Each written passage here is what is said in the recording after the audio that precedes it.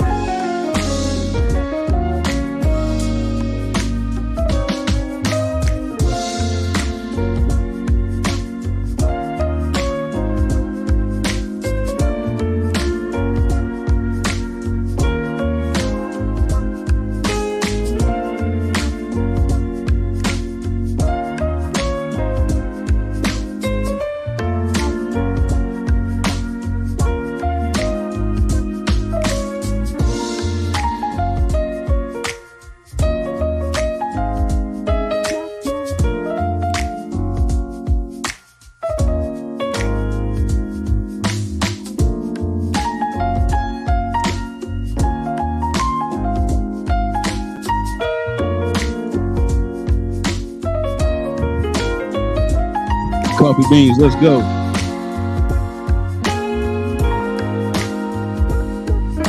Come on, y'all.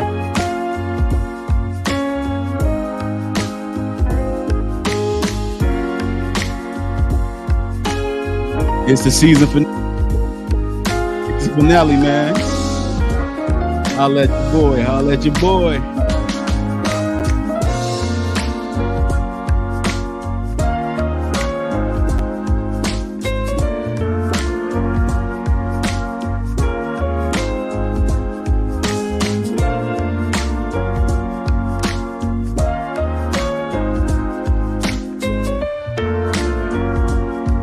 Come on, y'all. Where the coffee beans at, man?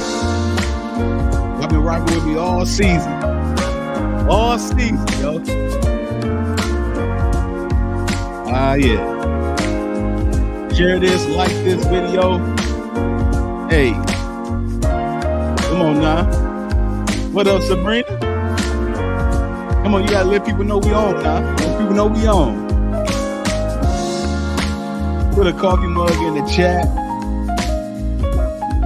Yeah. This guy. Jesus Christ.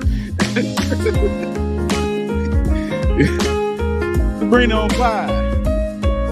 Coffee. Conversation. Come on.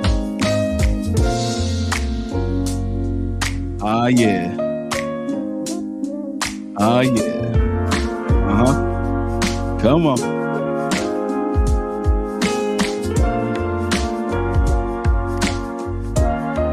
Let's go. Come on.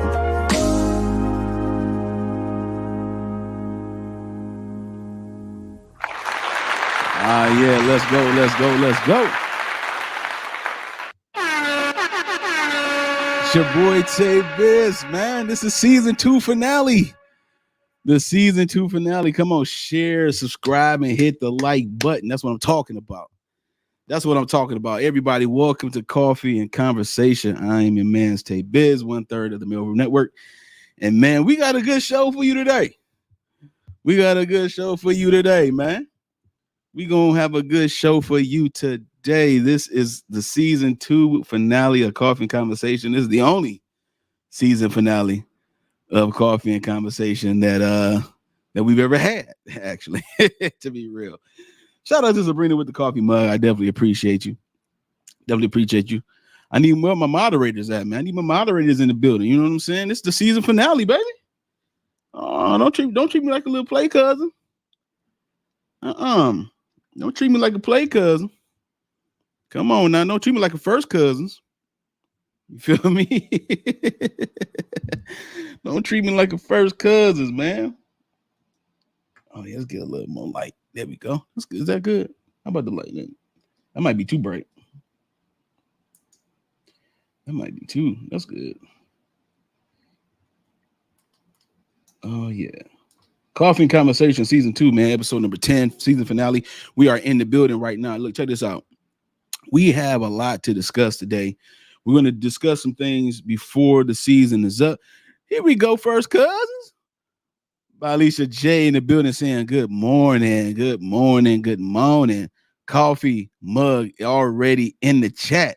If you got your coffee, man, if you got your coffee for real, let me tell you something. Some of the best conversations that you've ever experienced, that I've ever seen people have been over a cup of coffee. And with that being said, man, lift your coffee up and let's sip because we about to brew. Let's go. I started the season with the I Don't Give a Sip mug, so I'm going to end the season with I Don't Give a Sip mug. You know what I'm saying? Yeah. So what type of week did you have, man? What type of week did you have? Yo, put it in the chat. What type of week do you have? What's going on with you? How is everybody feeling, man? How's everybody feeling? What's going on? It's a beautiful Saturday morning, going into the afternoon. Hey, man, let me know how you've been doing this week. Let me know how you've been doing. So I'm going to kick it off, man. I've had a very good week, very productive week, man. Again, man, I don't know what's going on. I know it's God's favor for sure, but man, especially in my career, man, I'm just being blessed, man. with the ability to do certain things differently than I've done in my past in my career. And so there's been a lot of good production, a lot of good productivity that has been happening. Ever since I landed the city IT position for the city of Noblesville, man. So yeah, it's been great. It's been great, man. Favor. So all I can say is favor, man. God's favor for sure. Good health, feeling good. You know what I'm saying? I got to hold myself accountable, man. I've been in and out of workouts, man. I get up early, then I go back to sleep sometimes. and then some days I'll stay up. I don't know what's wrong with me, man, but I'm determined to do this, man. Determined to do this. You know what I'm saying? I'm determined to do this. Thank you for the congrats. I appreciate it. She said, great week, recovering from Cedar Point. Can handle those coasters like I used to. Can't handle those coasters like I used to. I think that's what you're trying to say. Yo, man, hey, us grown folks, we got a lot more to live for now, man. I don't know, man. Them roller coasters, man. I used to be a diehard roller coaster at first when I was a kid. Then I grew out of that kind of fast. You know what I'm saying? I kind of skyrocketed out of that pretty quickly. You know what I'm saying? But yeah, man. So coffee and conversation, man. What's going on with everybody else? How's everybody doing? If you're coming into the chat, welcome to Coffee and Conversation. This is the season 2 finale episode. This is the last episode of season 2. We are going to get some things started. We've already sipped our coffee because we're getting ready to brew. Let's get it in. You saw the thumbnail. I have my 2 guests, Rollo and JB the Gent. They're supposed to be coming in today. However, they're not in just yet, but they will be in soon, I believe and hope so. And then we can go ahead and kick this thing rolling with them included. I want to be able to put the link in the chat for those who want to be a part of the panel. This is not just this is an open panel, man. I've been doing this a lot lately with the show. The link is right here. I'm about to go ahead and pin it right there. If you want to go ahead and join the panel, join the show with me, go ahead and click the link, man. Make sure that you're in a place that's quiet. Make sure you're in a place that if you're presentable, make sure that you're good. All right. Don't be coming up in here. You still cooking and you still got pots and pans going in the dishwasher. Listen, this is a live show. All right. Treat us like you would treat any other show. You know what I'm saying? If you go on MSNBC, you ain't about to be in the kitchen in the background. Nah, you're going to sit down. You're going to get engaged. You feel me? And that's all I want. That's all I want right there. You know what I'm saying? Get involved. Get engaged. You feel me? Get involved. Get engaged. All right? For sure. Somebody, if you can, one of the moderators, I think you have the ability to pin that link in the chat. So if you can pin it in the chat for me, I appreciate it, man. I got some other production stuff going on. But yeah, man, we're gonna go ahead and get started, man. My guests will come when they come, I guess. At the end of the day, we are here, season 2 finale. And I am so happy that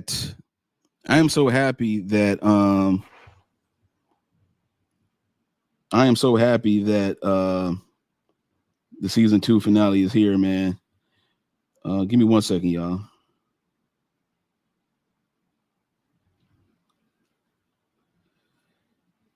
Hey, Rollo, just click the link in the chat, man. Restart your phone or restart whatever device you're using, computer, whatever, and then come to the Coffee and Conversation live stream and just click the link that's in the chat. Then you'll come right up on. Code is the GOAT. My dude, what up, though, baby? This season finale, man. I appreciate you, Code is the GOAT. One of our new subscribers to the channel, man. He always showing love, man. Every time I hit the For the Dove Gaming channel live stream, man, he always showing love to your boy, man. Him, Bibbles, man. Ray Off. My boy Ray Bibbles. You know what I'm saying? My boy Jacques. Love, man. I appreciate y'all guys, man, for sure, man. Definitely, I appreciate y'all holding me down, man. Every time I go to For the Dove Gaming live stream, man, I try to leave a little love, man. I try to leave something. If I can stay on the stream for a long time, I will. If I can't, I'm gonna try to leave something, some love, some super chat, something, man, because I appreciate you guys, man. I appreciate what you guys do. I love the fact that y'all got that camaraderie, man. That is what's up. That is what's up, man. But this is season 2 finale of Coffee and Conversation, man. I want to talk about a little bit before we get into the show. I want to talk about a little bit, man, of what this season has been for myself as a host for Coffee and Conversation, because season 1, man, I was on a nice little stride, man. Then I had some personal things I had to take care of, and I had to abruptly stop the show or abruptly end the show for a minute. Appreciate you, bro. I always appreciate you, man. I had to abruptly stop the show, man, take care of some personal business and stuff like that, man. It was a little bit of a trying time, a small trying time, man. It was just to showcase and continue to showcase my perseverance and my determination. It was a lot going on, man. You know what I'm saying, with me personally, man. So I had to make sure I was on point with that. Nevertheless, man.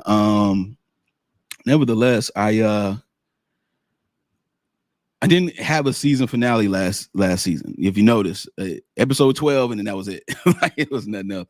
And I didn't jump on for a minute. I'm like, man, let me just chill out.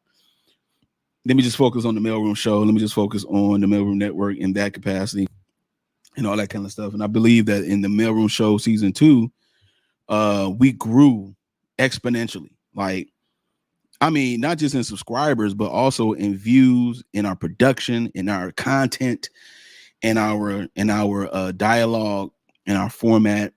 We grew exponentially, man. And this has been a ride of the ages, man, when it comes to season 2 of the Mailroom Show. And in the midst of that, towards the end of it, I'm like, man, I'm thinking about bringing coffee again. You know what I'm saying? I'm thinking about bringing back coffee again. I'm gonna introduce you in a minute, man. I'm thinking about bringing back coffee again. And I was on the meeting with the fellas, man, and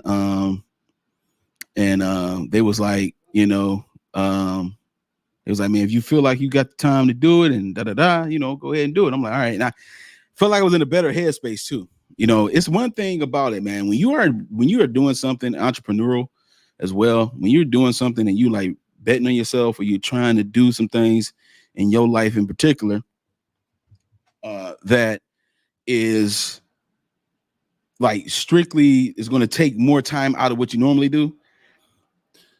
It's kind of hard to balance personal and in business sometimes, man.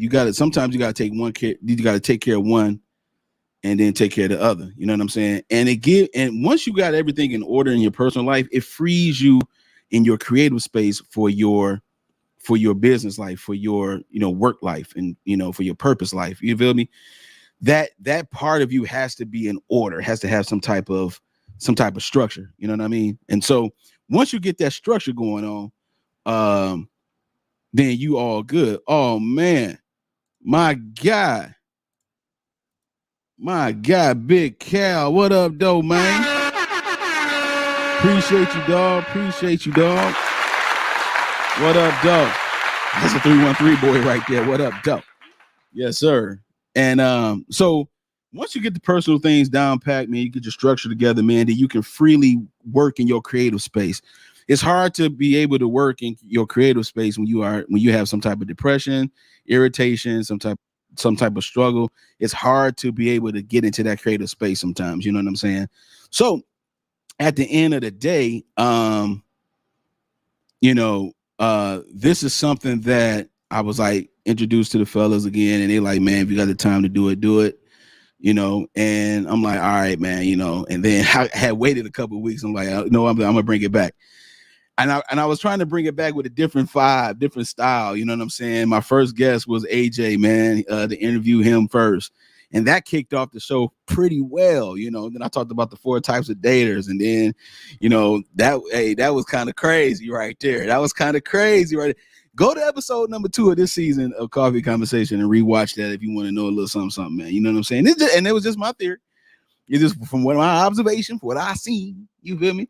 And so, and then we got it, and I interviewed my therapist, man. Meet My Therapist is another show we did here on the show. And then I interviewed my pop again, you know, so he kicked off last season. And then they interviewed my pop again. We talked about the power of father figures, man. We talked about dating culture. We talked about so many different things. And we had so much fun doing it. You know what I'm saying? And that's one of the things that for me in particular is that I had fun doing the show. You know what I'm saying? I had fun doing the show. I was really, really into the topics. I was really, really into, engaging. And that's what it is about being engaged, being present. You know, one of the things that you need to be in this society is that you got to stay present, because this society will try to eat you up, chew you up, spit you out with no meat on the bones. Okay. And so you want to be engaged. You want to be present. And so that's one of the things that I really was feeling this season in 2 of Coffee and Conversation. And so but the one show that killed was the contract, a contract with Black America show, man. Yo, that show right there, highest viewed show, period, in Coffee and Conversation on the Mailroom Network, like live show. A live show and the most viewed show afterwards. Like it was crazy, man. Like people was really feeling the conversation with the contract with Black America and how we went over the manifesto from Ice Cube and all that kind of stuff, man. And matter of fact, one of our moderators, Sean Tillman, was on the show. She was the one that was cooking in the background. She was getting up and washing dishes. I don't know what she was doing, man. I'm like, look, man, you should have got them ham hocks on boil last night. All right. You know what I mean? Like, if you're going to do some corned beef, ham hocks, and all that kind of stuff, you're going to have to braise them boys low and slow overnight. Then get on the show. You feel what I'm saying? I opened up the panel, and she jumped on in, and she was moving stuff. Oh, it was so funny, man. But we had some humorous. We was being humorous about it, but at the same time, it was dope. It was dope, though, man. Yeah, man. Yeah, Sabrina know what I'm talking about. She probably saw it. I'll tell you, man, it was crazy. But no, it was fun, though. It was fun. And we had a good conversation on that show too, as a matter of fact, man. We deep dove into a question that she had about, taking your time when you're dating somebody and things of that nature, you know what I'm saying, and all that. So yeah, it's dope. It's dope. So yeah, that was a great show, man. But shout out to all the coffee beans that have been a part of the show. Some been watching every week, some not so much. Hey, some catch it later, some don't really care, whatever the case may be, man. We appreciate everybody that's a part of the Mailroom Network. We appreciate everybody that's part of being a mail carrier, and also some of the mail carriers that have turned into some coffee beans on the Saturday with your boy. I definitely would appreciate you, man. Real talk. So we definitely appreciate it, man. So season 2 has been a blast for me, man. It's been a blast for me, man. I can't complain at all. I cannot complain at all. So we're gonna go ahead and get started, man. I saw JB the Gent come in. He dipped off. I don't know what's going on. I don't know if it's technical difficulties or whatever the case may be with Rollo, I believe. But this is 1/3, man, of he's back. There you go. This is 1/3 again of the Mailroom Network. Our boy JB the Gent, special guest. Listen, man, this man right here is a 20+ year friend. All right. Let me tell you something about friends real quick. All right. So I'm gonna see if y'all feel me on this. There are people who you connect with, and then there are people who have earned a place in your life. You treat those people differently, separately. Okay. Like, I believe, and he can correct me if I'm wrong when he gets on the panel on the show, but I believe that he and I, throughout our friendship, we have earned a right to be in each other's place in life. From a personal standpoint, from a brotherhood standpoint, like, you don't get no better than JB the Gent. You know what I'm saying? I don't think he wants me to get the whole government name. You know what I'm saying?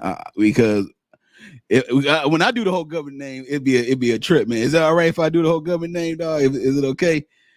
Nah. See, because he got felonies on his. No, I'm just playing. I'm just playing. No, he ain't got no felonies. I'm just kidding.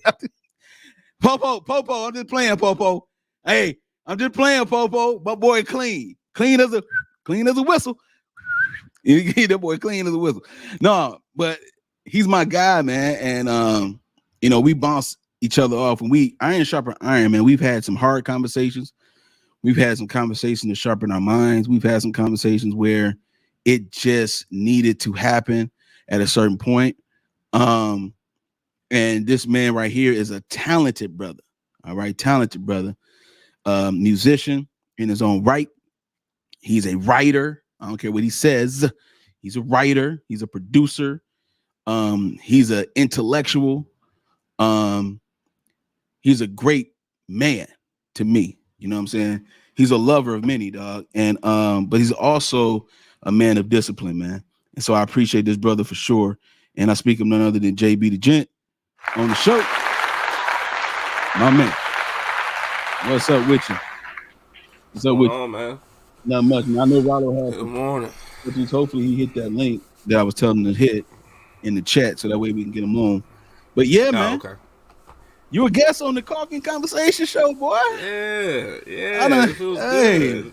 Hey, man. Listen, man. Take the other chair, you know what I'm saying? Yeah. We definitely gonna do that, man. We definitely gonna do that, man. How's your week been, man? How your week been? It's going into the fall season, man. So it's a lot of stuff that we gotta get back in order and grind in. But it's been busy, but just for the fact that I can handle it, I'm cool. So that's what's up. I gotta say it's all right. You know what I mean? That's what's up, man. I'm having a very classic week, man. You know what I'm saying? Classic. Yeah, man. Very classic week, man. I'm definitely in my bag when it comes to career wise. Yeah, we in there. Okay. Yeah, we in there for sure. And I was saying that to the people before you got on, like, man, I feel all right. I feel like I'm doing something with myself that I'm supposed to be doing. You know what I'm saying? So that is what's up. Shout out to Sabrina. She is definitely involved. Thank you, Sabrina, for being involved. Get involved. We appreciate you. So we got some topics we're gonna talk about, man. I came across a few things, man, that we definitely gonna talk about. I wanna be able to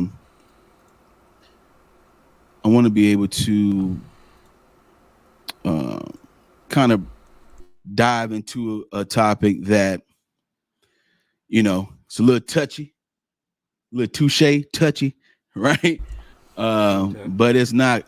But it's something that needs to be talked about.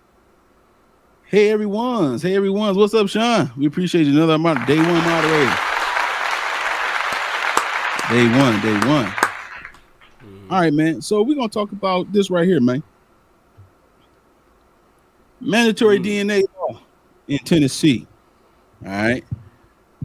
I want to showcase a picture of a man who I believe to be a hero in the black community, in the communities abroad.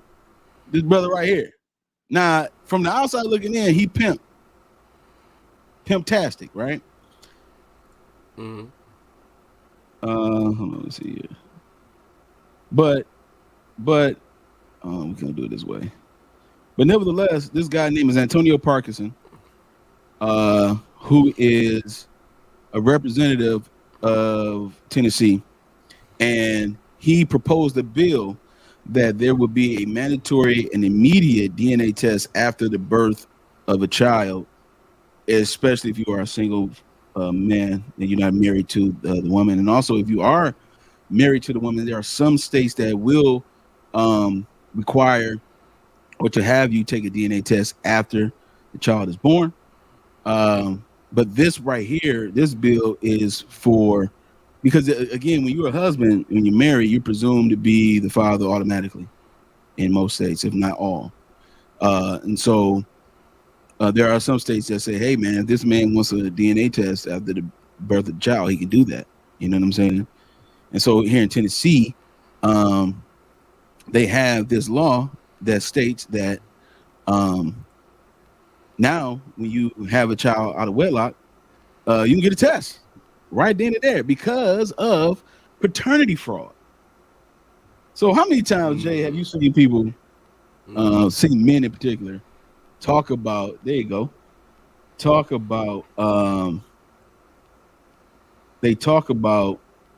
me see if we can get themselves together first before I introduce. They talk about how they have raised a child for years and years and years, and they find out that the child is not theirs. Mm-hmm. And then I know you've seen it on some videos here and there too. The child is not theirs, and then all of a sudden, they find out that the child is not theirs, and then the woman, she gets money, benefits, or whatever for being with this guy, obviously, knowing that the child belongs to somebody else, but she don't go to jail. She don't get penalized or nothing. Right? So they trying to put a stop to that in Tennessee. And so we're going to get a deep dive into it. But before we do, we got our main Rollo that just stepped in. Look, man, before we introduce, man, I want to say thank you again to everybody who's been watching season 2 of Coffee Conversation. Man, I want to thank my brothers for being on here with me today. I really, really, really appreciate it. Here goes another brother, man, dear brother, man. This guy right here, man, is, I will say, a dancing machine. A dancing machine. Now, he is getting older. I'm not sure how much of the machine is working in a mechanical way. I don't know if he got ankle issues, knee problems, or what have you. I don't know. But all I know is that when I see this brother, he is a dancing machine. All right. If you need somebody to have your back for any reason, and he don't even know what the whole reason is, he will still have your back. You have to tell him later what it was about, and he be like, oh, okay, well, I don't like that person anyway, so it don't even matter, fam. That's the kind of friend Rob is. He's that ignorant friend that you need, but he has intelligence at the same time. I don't know how this happens, but he is also a brother that works in the community. He works with children, man. He is dedicated to that. That's his passion.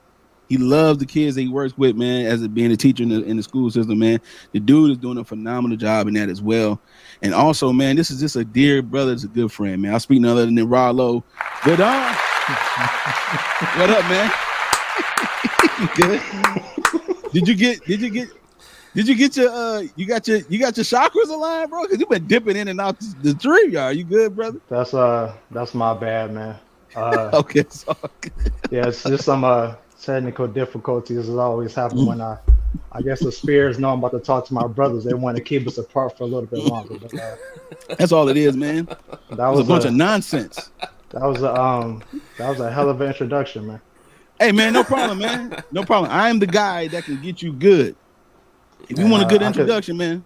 I can still dance. I'm just saying, man. I don't know what progression has taken place. It's 2023.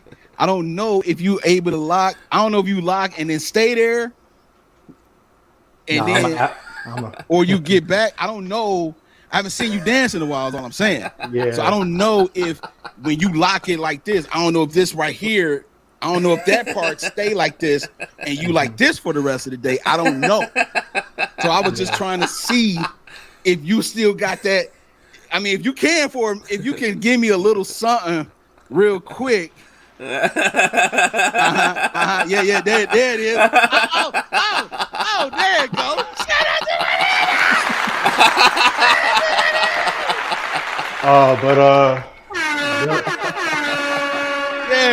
Yeah, there you go. Good afternoon, my brothers. What up, Jay? What up, Busy? What's going on? What's up, man? What's going on? Yo, so Busy, I just want to say real quick, man. Congratulations to you, my brother, and congratulations to us on completing the second season of Coffee Conversation, man. There's very few people. There's very few people who I would get up for before 12 o'clock on a Saturday, and you two are in that few. So Yes, sir. I appreciate you, dog. I appreciate you. I appreciate it, dog. Hey, man, he said turbo and raisin. This boy went to the TMNT on your boy, dog. Or was that TMNT, or was that oh, that might be somebody else. I don't know. You tell me, Big Cal. But yeah, man. So we talking about the mandatory law, the mandatory DNA law in Tennessee that's been proposed. It was actually proposed last year, gentlemen, but this year it's starting to hit the stride of where it could pass. And so it's at an alarming rate as well. But we got I got some receipts here we're going to deep dive into real quick.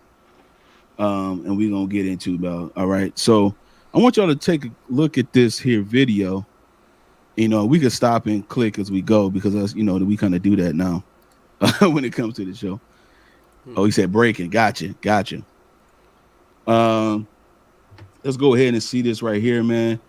The tables are turning. Ladies out there that may be watching us in YouTube land or any other live stream, no more paternity fraud for you, ma'ams. No more paternity fraud. You can't just, you know who the baby daddy is, and but you know you got a good man you with, and you know he ain't the baby daddy. Then 5-6 years later, he come to you like, hey, what is this? I took a test and it says negative. I ain't the father. And now you like, well, why you take a test? Why would you question if you're the father or not? Well, it's because we live in a baby daddy, baby culture society. And this is some of the things that we don't like to talk about, but we have to. It's imperative because there's some men out there that's paying for children that ain't theirs. Is that a fact? Yeah, that's a fact. So let's get into it real quick. Coffee Beans, put a coffee in the chat real quick if you are ready for the show. Let's go. All right, so those of you who are in Tennessee, guess what? House Bill 2689 is getting ready to pass. That is requiring paternity tests before you sign the birth certificate. Because, you know, when people do paternity tests, 1/3 of the time, they end up not being the father. And if they start testing everybody, that number can only go up, not down. It's going to be dramatic. And right now they're starting to also add in things like, you know, maternity fraud is a crime, a punishable crime. So maternity fraud is a crime, not just any crime, a punishable crime. Now, fellas, I got a question for you real quick, man. Have you all ever witnessed this kind of thing before or seen it on either TV or know somebody that's been through it or whatever, where they go through a situation where of this magnitude, this particular type of thing, where they go through an extreme of pain and being involved in a child's life for a long period of time, find out that it ain't theirs, and the mother knew who it was for the whole time and never, ever questioned the DNA or anything at all. Just went with the flow until they got caught with it. Like, have you ever experienced that or seen that before? I have. I've heard of stories, not with close people of mine, but I've heard of stories that people actually went through this. Of course, we see this on entertainment and TV all the time, you know what I'm saying, like on a reality scale, and that's even scripted in itself, but you know what I'm saying, the topic has been risen, but not as somebody that I knew in my inside circle, just be hearing things. Yeah, I've heard it before. Yeah. I mean, yeah, I don't know anybody personally, but yeah, this is all over the internet. You know, like these TV, especially these old TV shows, y'all remember Murray, all that stuff. So this type of situation has been around. This is my first time actually hearing this term, but it definitely makes sense. Don't know anybody that went through it personally, but definitely familiar with it just from the internet and TV. Okay, I feel that. I'm same here. Not only seen it on TV and stuff like that, like Big Cal just said. Never heard of maternity or parental fraud, but definitely have seen it. It's definitely on TV with maternity fraud. Yeah, but I've seen it. Well, you know, we're my hometown, our hometown. We've seen it on the news plenty of times. And the men still have to pay child support for the children that's not even theirs. You know. And so a law like this will protect the integrity, first of all, of the entire structure of how the child is going to be raised, and also the fact that it's going to protect men as well from going through that particular situation, and it will escape. It will also hold women more accountable as well of knowing who you sleep with. That is a problem that we have. You know what I'm saying? Is that we in the dating culture again? This is still ending with the dating culture again. We will slop toppies and backs with anybody. We have these long strides of just pew, pew, pew, pew, pew, pew, pew, you know what I'm saying? And then all of a sudden, one of the four you slept with recently they get knocked up. You know what I'm saying? You know what I'm saying? Right. Poof, you know what I'm saying? You get pregnant from kissing. You know what I'm saying? Like, you feel me? And so what happens is that all of a sudden everybody got the boo-boo face because they don't know who the child is. They're like, well, dang, I got to be real. I did sleep with you, and then I slept with another guy too. So now it's like, okay, who is who? What's what? You know, and to be able to fix this problem before the child is born is also responsible, because that way a child does not have to worry about who their dad is when they get older and have all the issues that they normally go through when they get older. Now, it's still up to that man and woman to cohesively parent the child, of course. However, he or she, when they're born, they don't have to figure out who it is. Who's on the birth certificate is fact now. Because anybody could be on there. But who is on there is fact. Now, this is in the state of Tennessee. Again, this is a proposal, y'all, that this is going to be passed. All right. And they also have something for the men that are married as well. Okay. With the paternity law. Some of the paternity laws are for married men as well. Hold on. But we're going to talk about that in a second. Big Cal said, hopefully it's all so free, all the men locked up from refusing to pay child support for kids that's not theirs. Exactly. So my thing is this: if this law passes and the men that's locked up in Tennessee for not paying child support for a child that's not theirs, those men in Tennessee, should they be released once they find out that for a child they locked up for a child that's not theirs because they didn't pay child support? And this law is saying, hey, paternity or maternity fraud is no longer allowed in our state now. Should those men be free? Should they be released from jail? Based on an addendum, yeah, I think it should be. I think that's only fair to me. You know what I'm saying? If you're convicted of something you didn't do, period.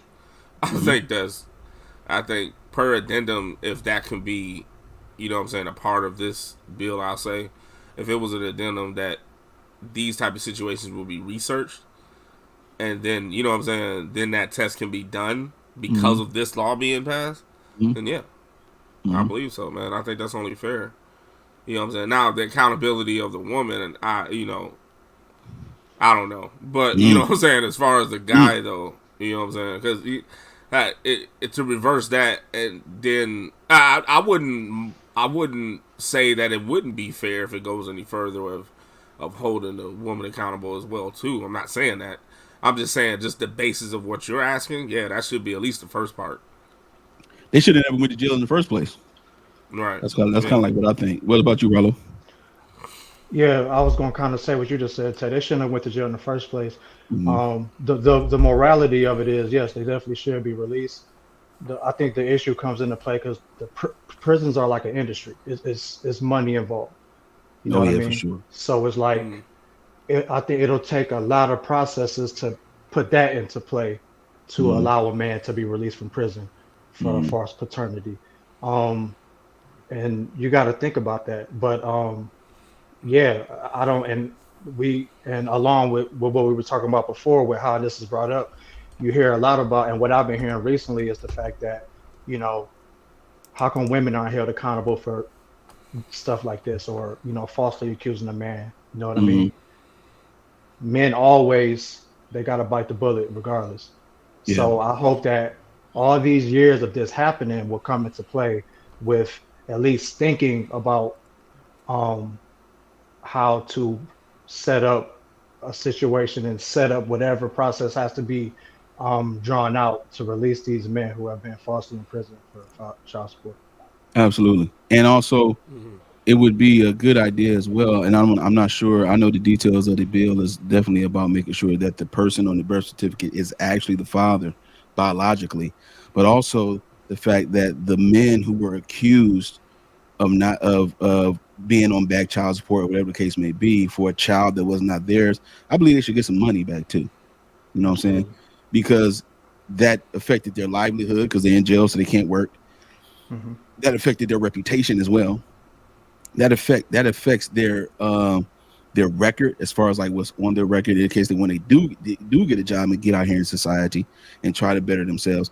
All of that kind of stuff matters, you know. And so, yeah, the men should be released, man. I think so, and I also think that they should get some bread. You know what I'm saying?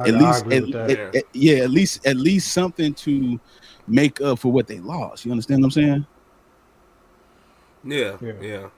So let's, you know, because you gotta think about it. You put them back out. You put them back out. You put them back out, but now they have no resources. You know what I mean? So you're basically it's a cycle of what he was already in there for. It's like it's the same thing. Now he has no funds to even be able to take care of a child that he may be able to have, and then what's going to happen?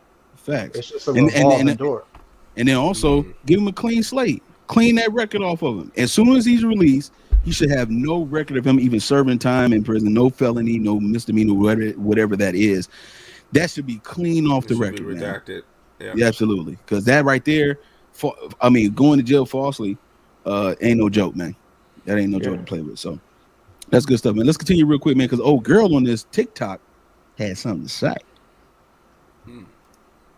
So guys used to go to jail for not paying child support on a child that wasn't theirs because the state wants to get their money, because if there is no father to pay for the child support, somebody has to pay for it. So they push it on to the nearest person that can be a father figure.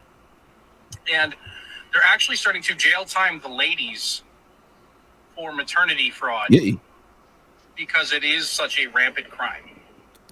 So I don't agree with a lot that they do in politics, but I agree with this one. The hustle is over. The scams are done in the state of Tennessee.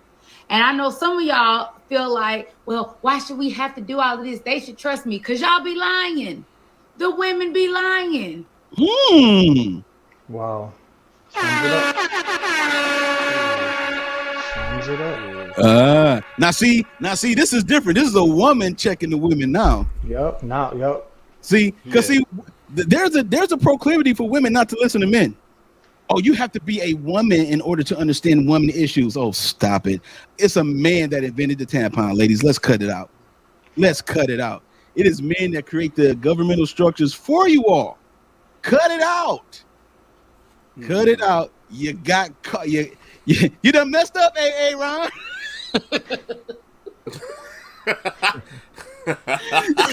You done messed up, Ron. You done got caught lying, ladies. All right, now that's not all ladies, but it's the ones that's doing it, man. It's the ones that doing it. Look, this is happening. This happens. This been happening for years, man. Now, I'm gonna ask y'all a question in a minute, man. But this has been happening for years. Let's continue real quick. And if you know that this is his baby without a shadow of a doubt, husband, boyfriend, baby daddy, it don't matter who it is. Let him go on and get that paternity test, sis. If you on the up and up, it shouldn't bother you. And for all of those women out there faking pregnancy to scam men, ooh, y'all big mad now, ain't you? She said, y'all big mad now. Y'all big mad now. Look, man. See? She said, look, 100. Yes, sir. Now, watch this real quick, man. So I got something here about the married men here real quick. I'm going to read off real quick, man. So what y'all think so far of this? This is very interesting. This is like, I think it's a fair assessment. I think it's fair. Absolutely. You know what I'm saying? It's been going on too long. Yeah, it's definitely a fair assessment because this has been going on too long, man. Remember, everybody in the audience as well, and fellas here, remember there was an episode that I did called The Great Society where I talked about where the baby mama, baby daddy culture started. It had started in the silent generation, slowly but surely. Then the boomers came in and started rapid fire having sexual activity unprotected and created the Great Society. First, it was to make sure that there was no poverty, a war on poverty. Now, that war on poverty turned into marriage to the government. So now it has evolved. It has evolved. You can have cash assistance, food assistance, housing assistance, all kind of assistance.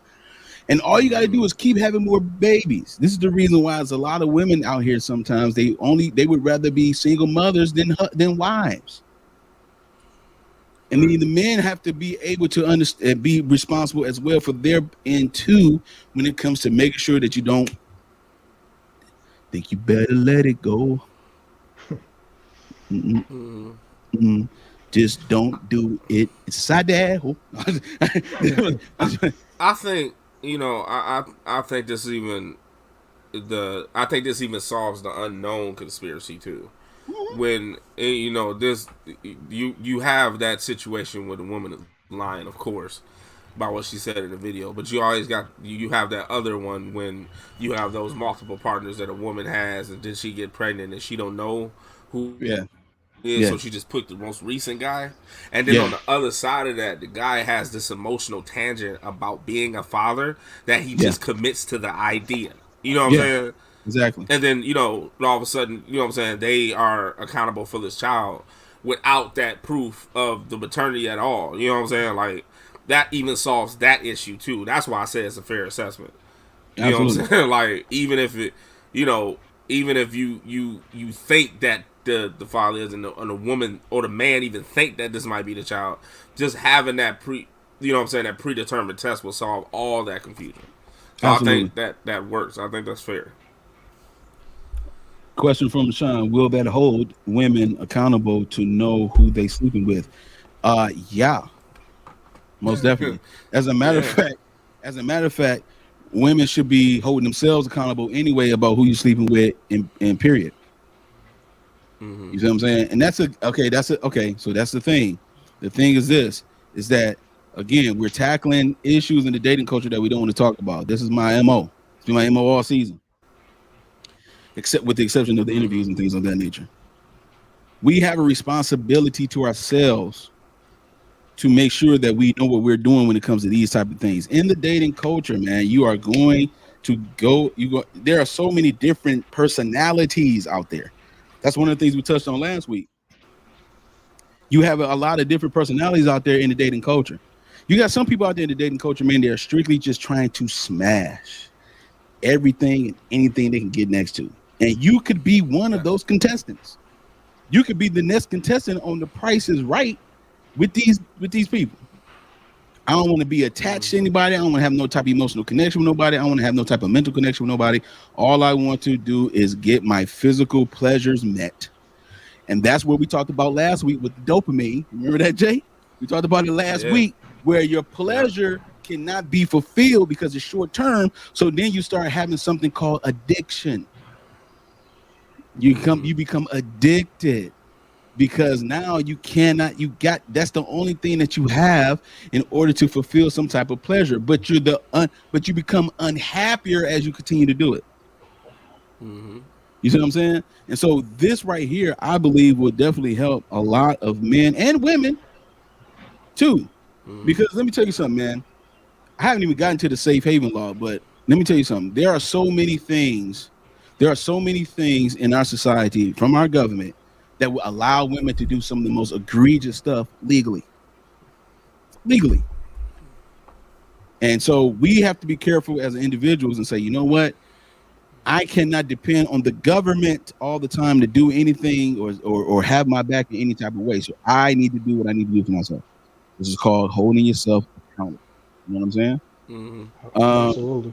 I'm going to share this real quick, dog. We'll talk about this real quick. Share this real quick. So right here, it says in the United States, where a child is conceived or born during wedlock, the husband is legally presumed to be the father of the child. Legally, some states have a legal process for a husband to disavow paternity such that a biological father can be named as the parent of a child conceived or born during a marriage. In most states, any claim of non-paternity by a husband must be heard by a court. So right there, it's like this. There are situations where the man who is married to his wife is able to require paternity before he put his name on there. I want to dispel something real quick. It ain't just women who always think that their partner's cheating. Oh, there's some brothers out here that's like, man, and if you one of the homeboys, they'll talk to you like, man, I think my woman cheating on me, dog. Facts. See, this woman intuition thing is a farce. Men have a proclivity also to really know, like they connect dots very well. Unless you got a man that is totally oblivious to everything. Unless you got a dude that's just like totally in outer space all the time. Men have hunches and hints as well. It ain't just a woman thing. Oh, no. Men know, like, man, my girl, something ain't right. And then a man really know, if he know that he messing up and she happy, like, wait a minute. She might be happy with some other person, but she pregnant, or she did. Oh, okay, and we married. Oh, I have my suspicions. I have my hunches. I would like to have a paternity test before I put my name on this certificate because it is a legally binding certificate. That's the reason why it has a serial number on it. It is in the records. So men have a proclivity to have this too. We have hunches. It ain't just y'all, ladies. let's stop the cap. Hey, stop the cap. It ain't just y'all. Y'all be on some oogie boogie type junk, and we be like, oh, you acting real wild right now. Oh, something's up with you, dog. We don't say nothing at first, but we like, nah, something ain't right, dog. And then what we do, we gather more evidence, and then now you seeing the fellas now on the internet, they're having videos pointing in the woman face like, oh, I had this baby for 9 years. I've been doing this, doing that, and ain't mine. And then the wife is like, Tyrone, why did you even try to do a test? Like, that's your daughter. They will hold on to the lie. They will hold on to the lie, man, to save face, man. That's how dangerous this is. And let me tell you something. If you mess with the wrong dude, I'm telling you, you might get hurt. Do not even play this game. It get real quick. It get real fast. Do not play this game. Y'all better know what y'all doing out here, man. Those of you I've seen those situations. I've seen a situation like that. Me too. Oh, the dude is like trying to get her out of here. He trying to get you up out of there. So y'all ladies be careful, man. Real talk. All right. The woman of today love the hot girl summer night and weekend is a fact. That's a fact. Yeah. And it's about to be fall. So they about to do something else. Now it's about to be cuddle season for some of them. They're gonna get all their big boys that they know in their roster and want to snuggle up with us. Don't call me. I'm on vacation. Don't even call me. I ain't snuggling up with none of y'all chicks. Oh man, shout out to the fellas, man. I appreciate y'all, man. All right, man. We're gonna get this thing rolling, man. First of all, man, fellas, man, I got a question for you, Rollo, man. I've been itching to ask you this for a long time. Sean over here left. I've been itching to ask you this for a long time, man. You work closely with children, man. So I want to know from your point of view, because you're working with the next generation of children. All right. Do you see any promise in that next generation, and do you see any potential failures that could perhaps be brought in the next generation? Like, what's your observation of the children that you see now for the next generation, man? Because you're in your hands on deck. So what's your viewpoints on it, man? That's a really good question. Yeah, being in education, you see both. You see the potential and you see some of the digression. As educators, our responsibility is to bring out as much of that potential as possible. It's very difficult nowadays because they're so influenced by so many outside things. So, but as an educator, I'm always going to look for that potential. I'm always going to look for what I can do in my role to stop that digression. You know what I mean? And to impede on whatever I can to push them forward. So there's definitely potential in all these kids, and as educators, it's up to us to bring it out. As educators, it's up to us to not give up on them if they're on, you know, the downside of the hill. We have to push them forward. We have to give them something to reach for, continue to reaching for. So I see both, but our job is to push out the potential. When the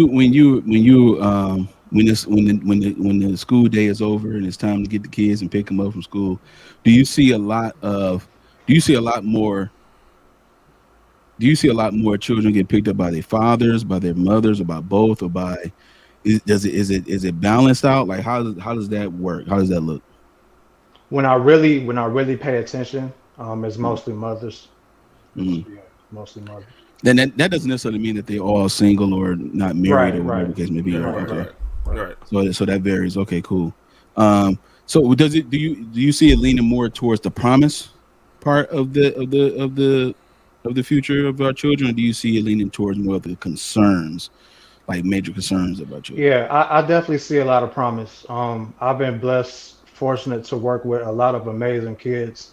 I've been in education for 7 years now. I've seen growth in so many kids, and I've been blessed to be a part of it. So I definitely see more promise. We just got to continue to pull it off.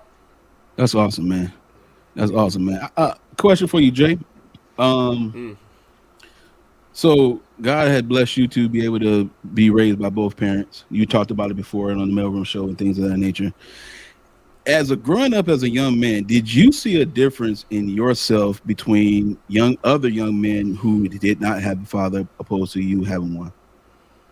And if you did see a difference, what was those differences? Okay. I didn't actually.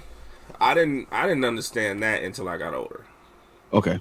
I didn't really pay attention. I'm just being transparent. I didn't know. It's only until when I started understanding the relationships I had with people. Back when you're growing up, you know, especially in your teens or whatever, going through grade school or whatever the case may be, maybe even college, you don't associate yourself that much. You say maybe that you have inside people that you kick it with, but you don't really diagnose them as much as why we have this contention between us. You know, just like I'm relaying it to like the example of the intro you gave us. It's like a longevity, and we dissected each other. Yeah, that way. You know what I'm saying? Like I didn't do that when I was younger with a lot of the friends that I thought I was close with. You know what I'm saying? And then they came and gone as I thought I was close with them. But as I got older and started seeing my inside circle of friends and family as who they are, you start understanding what they experienced, and you were more in tap on, you know what I'm saying, what type of people that they were and how y'all connect. And so when that started happening, I started seeing the difference between upbringing at that point. Okay. You know what I'm saying? Like if you know, when I started having certain events happen to me, and I had more ammunition to prevent or to go through those exercises, and then certain people didn't, then I was like, okay, why is that? And then I started figuring out it's, you know, that could be a grand portion of it is how somebody was raised. So it's not until I got older and started understanding people. Cool. That's good. That's a good point. Good point of view, man. It seems like one of the things that happens a lot of times is the fact that once we get older, we start paying attention more, you know, to what it is that's impacting us as a group and body of people. You know, you can have one particular perspective when you have some cushion and support and back and somebody to, you know, keep you hooked up in the background. You got that support system. But what happens when you're out there and you don't have that support system? Then what happens to you? Will you become a product of your environment? Do you adapt to the behavior of lack and start stealing and killing and do whatever you need to do to survive? Or do you make a conscious effort to do something a little bit more different and be a little bit more intentional about becoming the grown man and grown woman you're supposed to be? Which one do we do, right? We're going to take a commercial real quick, man. This is the Coffee and Conversation Show, man. Y'all ain't really used to this, is you? Not really. No, It doesn't no. matter Not if you're not used to it. I'm getting a little bit too comfortable, man. We might have to switch up the. We might have to switch up the routine for the mailroom next season, man. I'm getting a little bit too comfortable, busy. Red Pill Media said y'all look like twins. Who look like twins? Which one? Who's the twins? Who look like twins? he said, boom. Red Pill Media. Appreciate you, Red Pill Media. Hey, we're gonna take a quick commercial break. We'll be right back. Look, we're gonna talk about how it starts in the home. So I had to segue into something real quick. We're gonna talk about that in a minute. Denzel Washington got something to say about this. We'll be right back.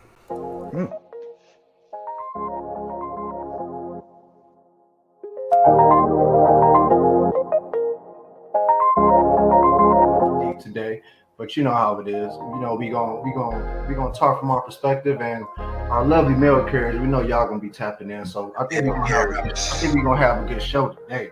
What y'all think? Sure, absolutely. Hey, school here. Oh yeah. All right, man. Y'all ready? Let's go. All right, man. First topic of the day, fellas. Does a man's weakness in women cause him to be double-minded?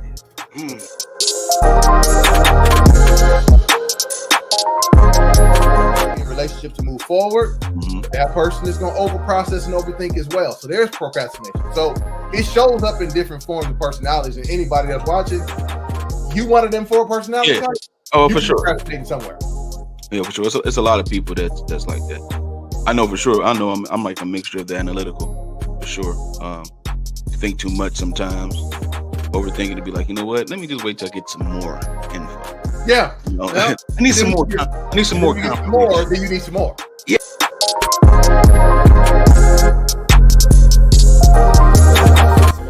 Are people asking you, are you strong and independent? Like I can see it from that nature, but in a normal dating atmosphere, if I recall, I don't be asking those type of questions. You know what I'm saying? That's why we're trying to relate the fact that this doesn't have to be said.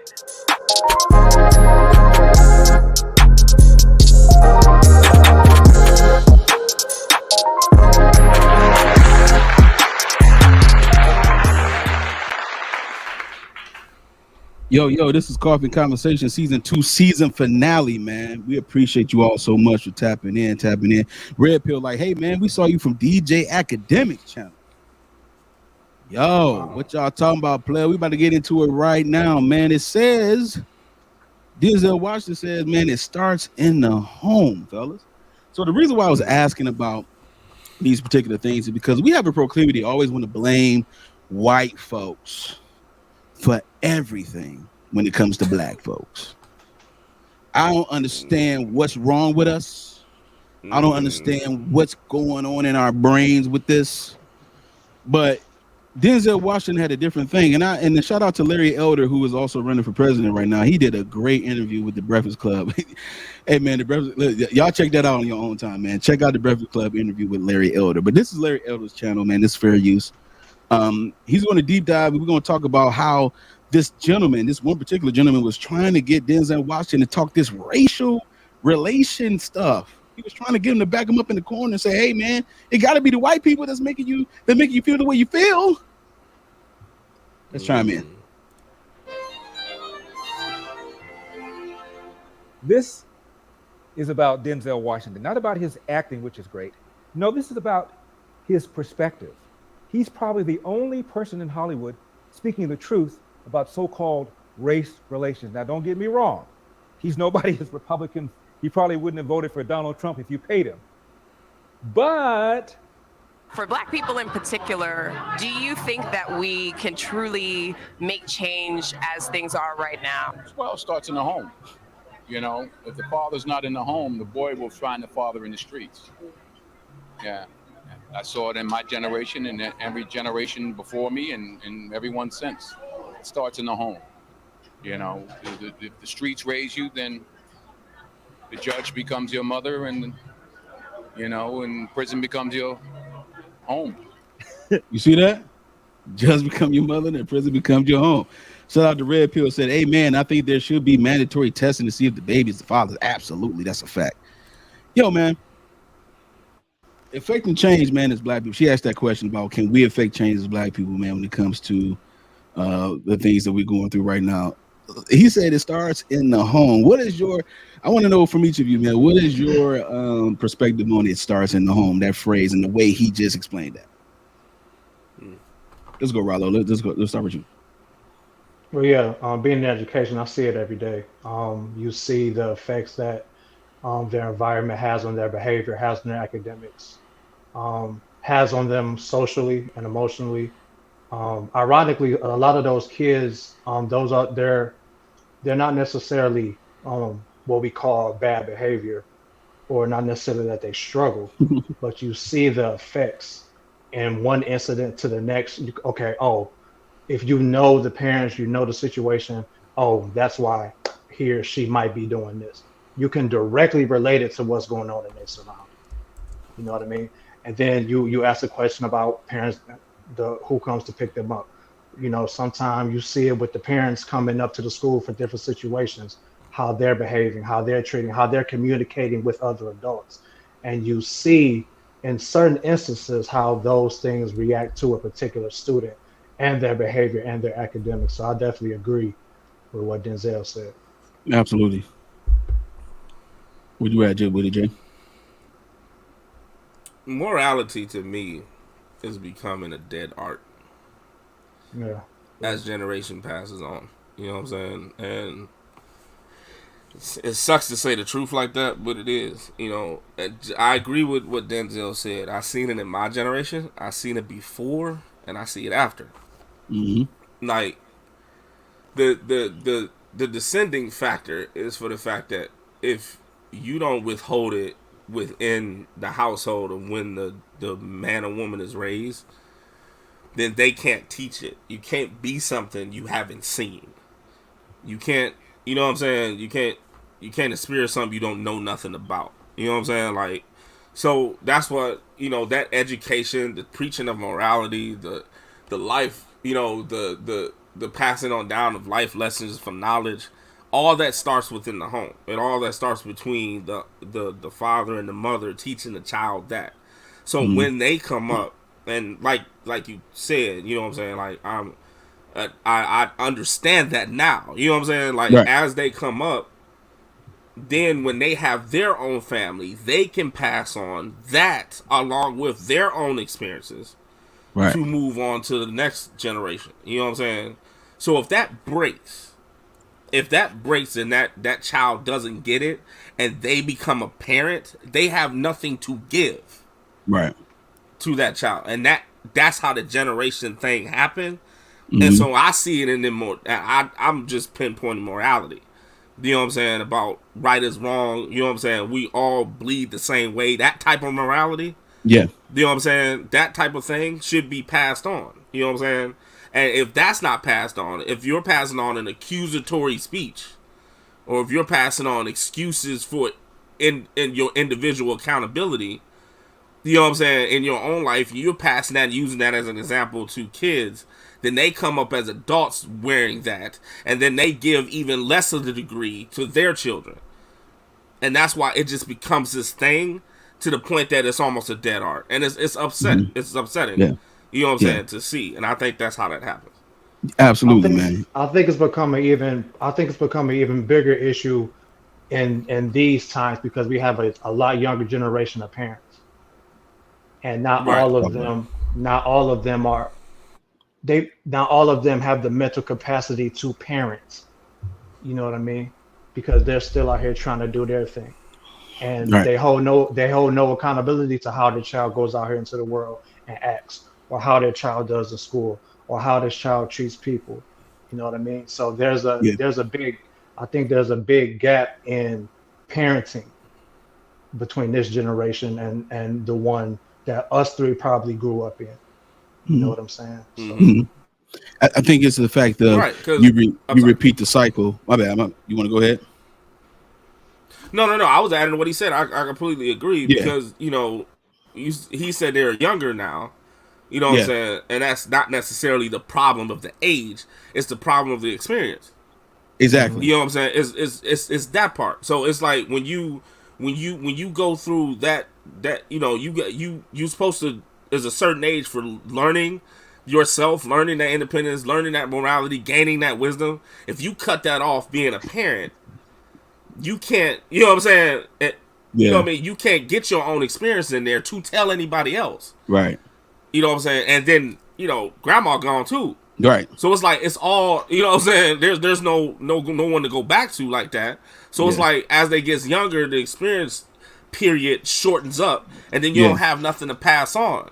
Yeah. And it gets worse and worse. And so I agree with Rob. Yeah. They're younger now. Absolutely. And the thing about it is that you repeat the things you see sometimes. And if you're not careful, you could become the very thing that you despise. Some of us have a resentment towards our parents, our mothers and our fathers, or whatever, single mothers, married, it doesn't matter. There's a resentment factor there, and you try to do everything the opposite of what they teach you to be an individual. So you're forsaking the things that is good for you, so that way you have some quote unquote identity, and then you mess it up, and then you want somebody else to come by and help you with it. This is the reason why I touched on the DNA testing in the beginning. Yeah. You want somebody to help you with your mistake that you made, and then you want to hold them to the fire financially, but you've been lying the whole time. Now the game is up, and now what are you going to do? See?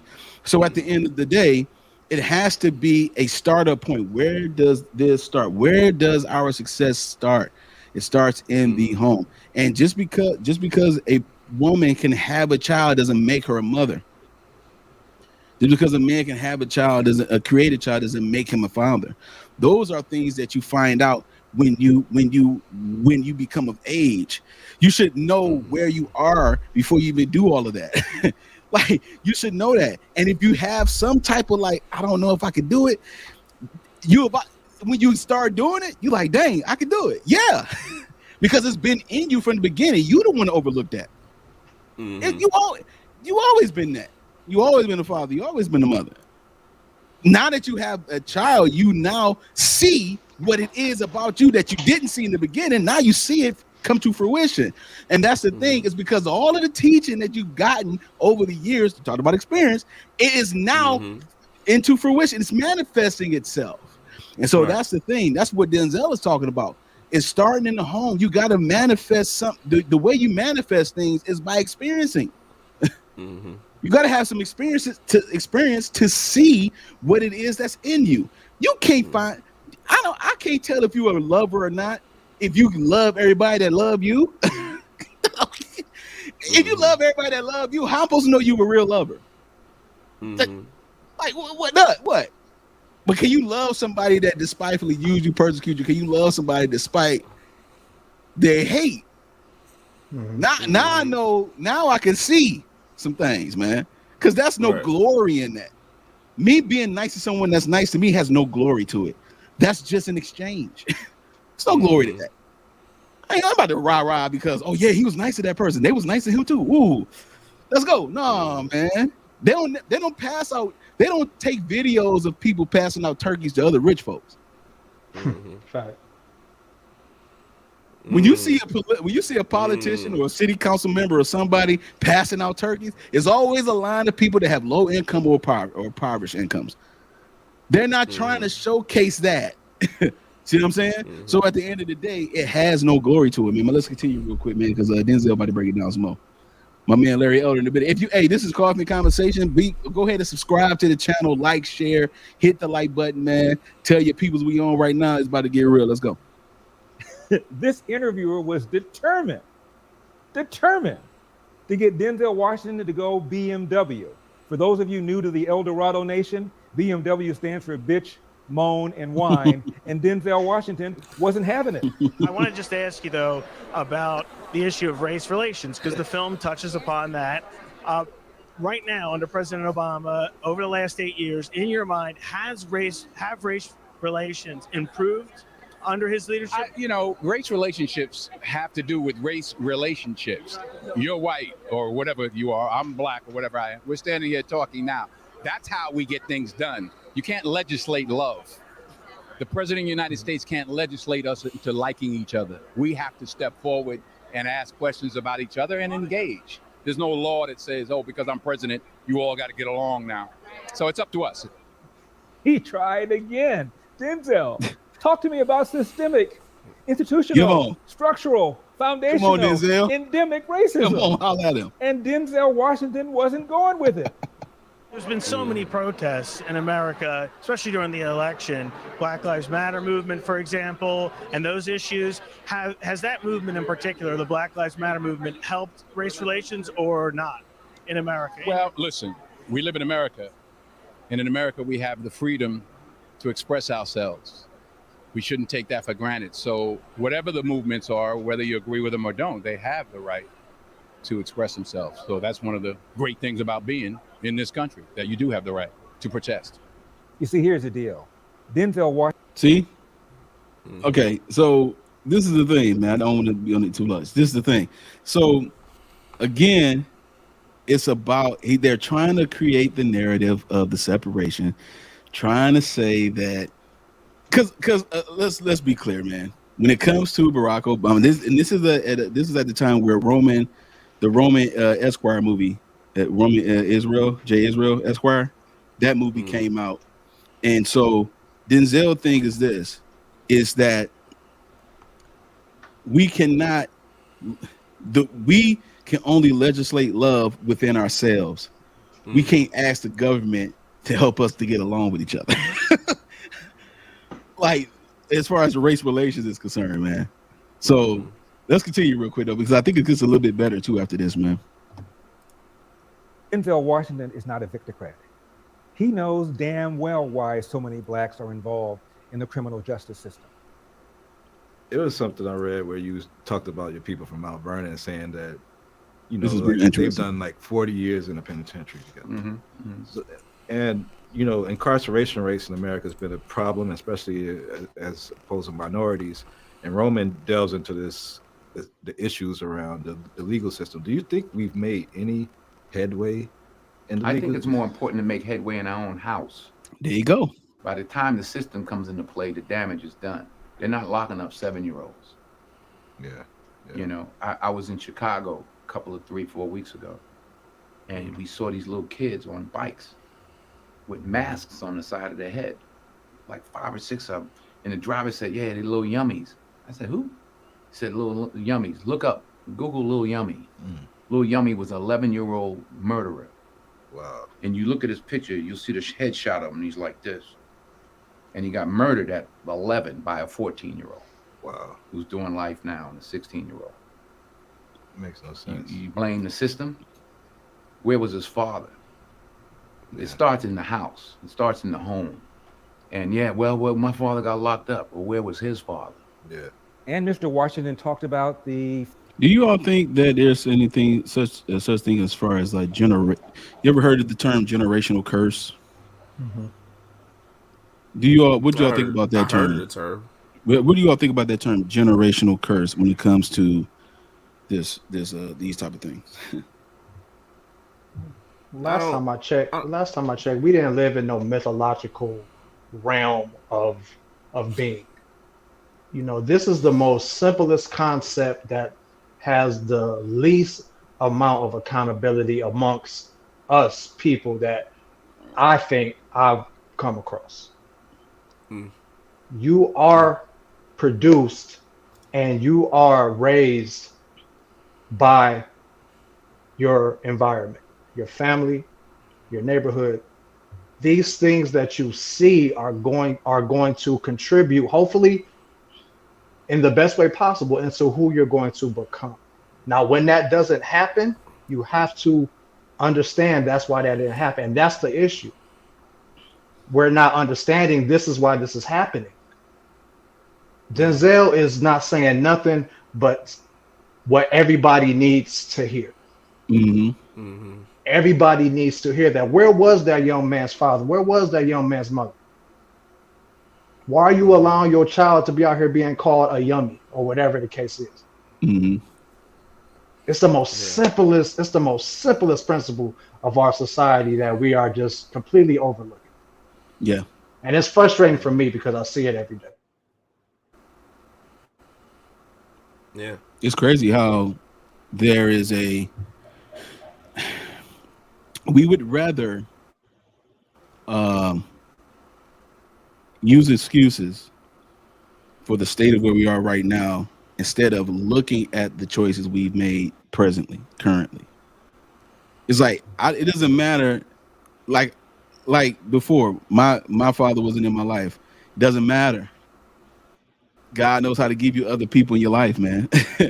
You know what I'm saying? But that still did determine who I am now. And now also I've had mentors. I still do have my pop. You know what I'm saying? For 20 plus years. He caught me at the age where I was impressionable, young, you know what I'm saying, going into my adulthood and things of that nature. Right. There is no excuse for it though. At the end of the day, you are who you are. You don't have to, even if you have patterns in your family that goes back, that does not determine your fate and your destiny at all. You know what I'm saying? You can overcome things in life, man, but you can't make everything as an excuse. No. Mm-hmm. This happened because my great granddaddy like really like what does it have to do with you now?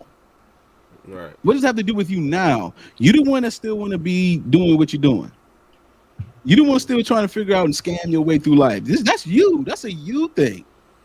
Mm-hmm. You know what I'm saying? So at the end of the day, that has nothing to do with what's going on with you right now. There's no you can once you eliminate excuses, you'll be able to see clearer. I think excuses leaves you blurred.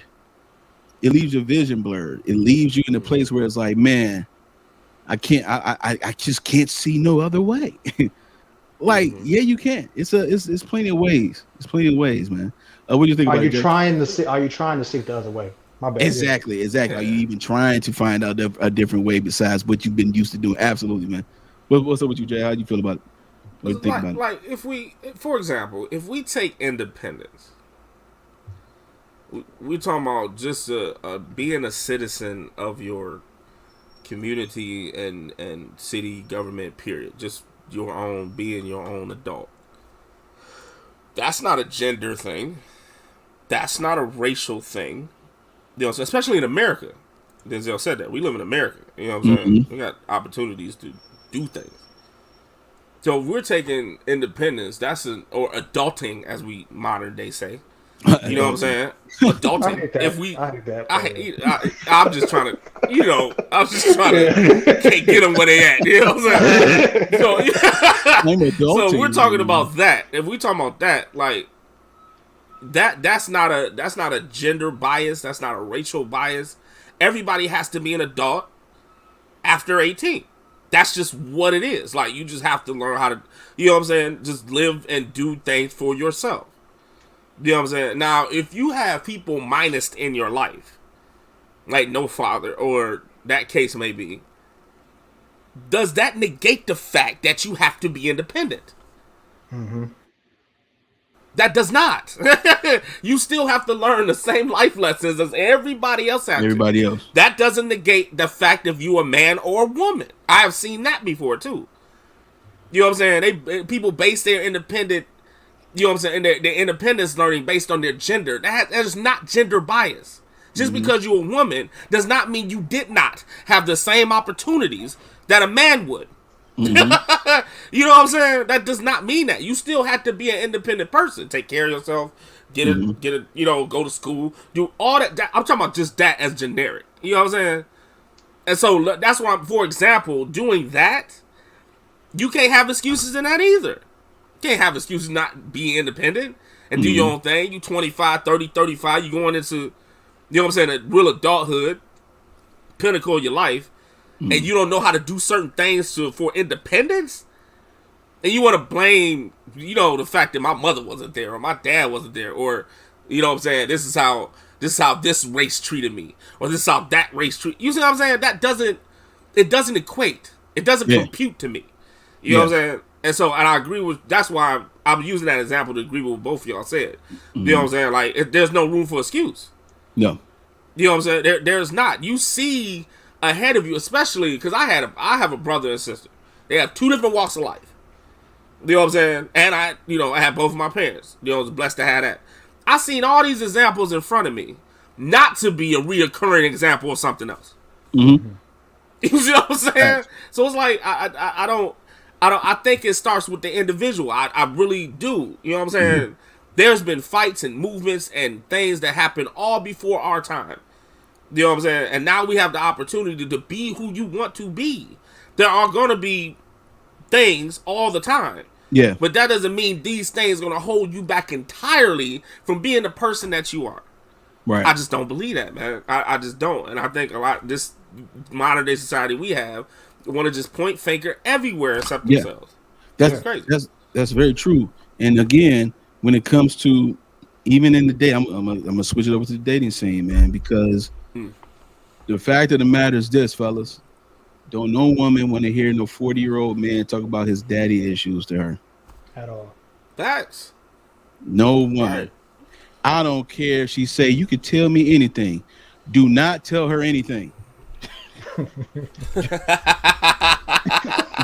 a matter of fact, you shut your damn mouth. Okay, you don't say a damn word. You do not tell her anything.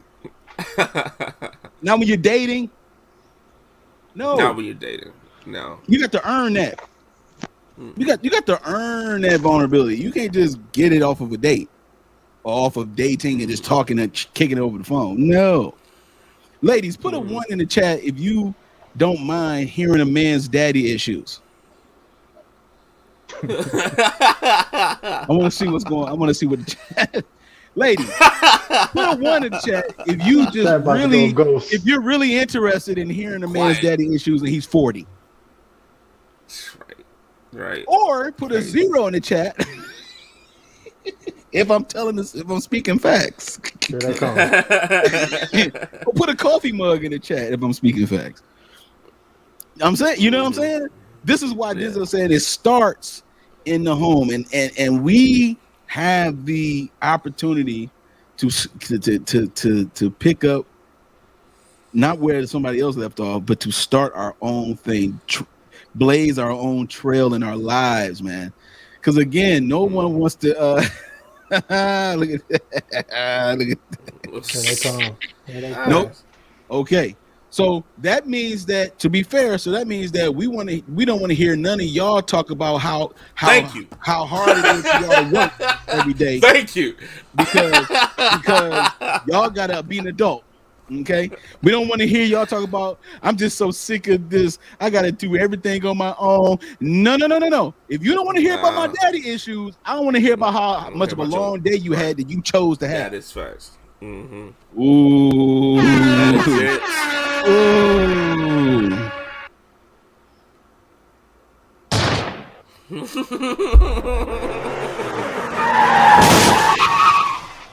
That is it. Yeah. Okay. All right. There you go. There you go. See, no excuse. It starts in the home. Mm-hmm. Okay. Yep. It starts in the home. So if y'all don't want to hear a 40-year-old or a 35 to 40-year-old man talk about how much of a daddy issue he has, and that's the reason why he yells at you all the time, then we don't want to hear about y'all having long days of work. Because guess what? Join the club. All of us do. All of us do. At the end of the day, how are you trying to connect? How are you trying to connect? Yeah. Y'all feeling me? Y'all know what's up. Even the ones that's not commenting in the chat, y'all know I'm telling the truth. It's okay. This season finale, baby, you won't see me for a while. All right, you know what I'm saying? I'm mic dropping today. I am mic dropping today. This season finale of the coffee show, man, of Coffee Conversation. Man, we appreciate the fellas on the show, man. Appreciate you, Jay and Rollo on the show. We're gonna go ahead and get into the last topic of the day, man. I just want to go ahead and just bring this all the way on home. You know what I'm saying? We're gonna talk a little bit about being unhappily married. Ooh. Can you be unhappily married? Oh, I got a young lady who said it's possible. And she had, listen, man. This is, hey, man. We about to deep dive a little bit. All right. She said, yeah, it's possible you can be unhappily married, man. You know what I'm saying? We're gonna see what she says real quick. All right. All right. So yeah, let's do this real quick. Real quick. Let's go. And this guy hit on me, right? So he said, "Hey, you married?" And I was like, "Yes." And he said, "You happy?" And I was like, "No." And the reason why I said no was because, one, I'm brutally honest, and two, I was not happy at the time. But what does me being unhappy have to do with whether or not you have a shot? Here's the thing I realized. A lot of married people don't know how to be unhappily married and still not walk away. If you could learn how to be unhappy for a minute, your marriage will last. Because the goal in marriage is not happiness. The goal... Okay. We're going to stop it right there for a second.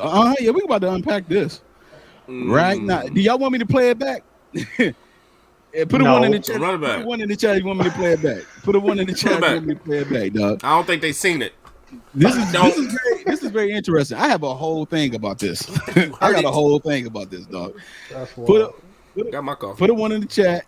Put a one in the chat. You want me to replay it? Because I'm already. Matter of fact, I'm just gonna go ahead and do it because this right here, see this right here, man. Yo, let's do this real quick. Here we go. It's funny. This here, okay. Cryptochronolite. No, let's go.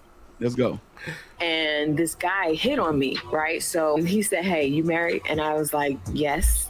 And he said, "You happy?" And I was like, "No." And the reason why I said no was because, one, I'm brutally honest, and two, I was not happy at the time. But what does me being unhappy have to do with whether or not you have a shot? Here's the thing I realized. A lot of married people don't know how to be unhappily married and still not walk away. If you could learn how to be unhappy for a minute, your marriage will last. Because the goal in marriage is not happiness. The goal is to build a lasting relationship that withstands the ebbs and flows of marriage, of relationships. DeMarco, we need another one. Where's the applause? Someone finally. All right. Unhappily married. I have two guests on the Coffee Conversation Show, but they're not guests of the Melrose Network because they own it. Along with yours truly as well. Fellas, what is your take on it? Do I need to play this again? Because I don't think I do. I think we got it this time. We got it. Yeah. I think we got it. What is your take, man? What is your take? Chime in at any point, man. I'm really interested in what you guys think about this, man. Rollo, you had a disdain to play it back again. So I'm gonna save you for last. Jay, dog. Oh no, my disdain was like, oh, that's it. We don't need to see that again. But yeah, you can go to Jay. Oh, okay. Oh, my bad. I misread you. My bad. No, it's all good. Jay, what you thinking, man? What's your take on this particular unhappily married concept that this woman is talking about? And she said being unhappily married, being unhappy for uno momento. Right. All right. So what's your take on it, man? Right. That's the part I agree with.